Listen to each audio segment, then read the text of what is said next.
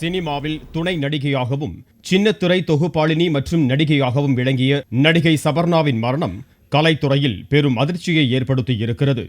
மதுரவாயலில் உள்ள அவரது வீட்டில் அழுகிய நிலையில் சபர்ணாவின் உடல் நேற்று கண்டெடுக்கப்பட்டது. கைமணிக்கட்டு அறுக்கப்பட்ட நிலையில் சபர்ணாவின் உடல் கண்டறியப்பட்டதால் தற்கொலை செய்திருக்கலாம் என்று முதலில் சொல்லப்பட்டது. சபர்ணாவின் உடல் கீழ்ப்பாக்கம் அரசு மருத்துவமனைக்கு கூராய்வு செய்வதற்காக அனுப்பப்பட்டிருக்கும் நிலையில் சபர்ணாவின் மரணம் கொலையாக இருக்கலாம் என்ற ரீதியில் போலீசார் விசாரணையை தொடங்கியிருக்கிறார்கள்.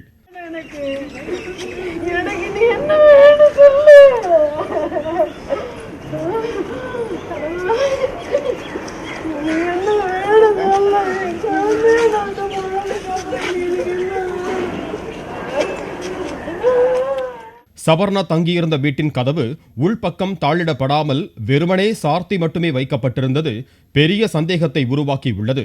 சபர்ணா அறையில் நிறைய சிகரெட் துண்டுகளும் காஃபி கொட்டிய நிலையிலும் இருக்கிறது. இவை தவிர ஆடை இல்லாத நிலையில் சபர்ணாவின் உடல் மீட்கப்பட்டுள்ளது.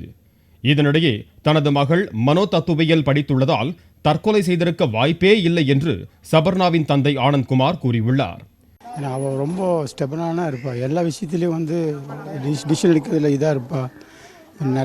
இப்போ நிறையா சீரியல் எல்லாமே பண்ணியிருக்கா. எதுலேயுமே இண்டிவிஜுவலாக தான் இது பண்ணியிருப்பாள். எந்த பொசிஷன்லையும் இந்தளவுக்கு அவள் முடிவெடுப்பான்னு நான் ரொம்ப எதிர்பார்க்கவே இல்லை.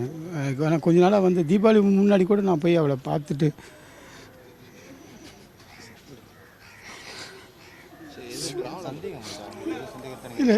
இல்லை சந்தேகம்னா இப்போ ஆக்சுவலாக கொஞ்சம் டிப்ரெஷனில் இருந்தாச்சு. பட் இந்த டிசிஷன் எடுக்க மாட்டேன். எனக்கு அதுதான் டவுட், என்னன்னு தெரிய மாட்டேங்குது. இப்போ தான் பேசி நிறைய சிகரெட் துண்டுகள்லாம் கடந்து அதுதான் தெரிய மாட்டேங்குது.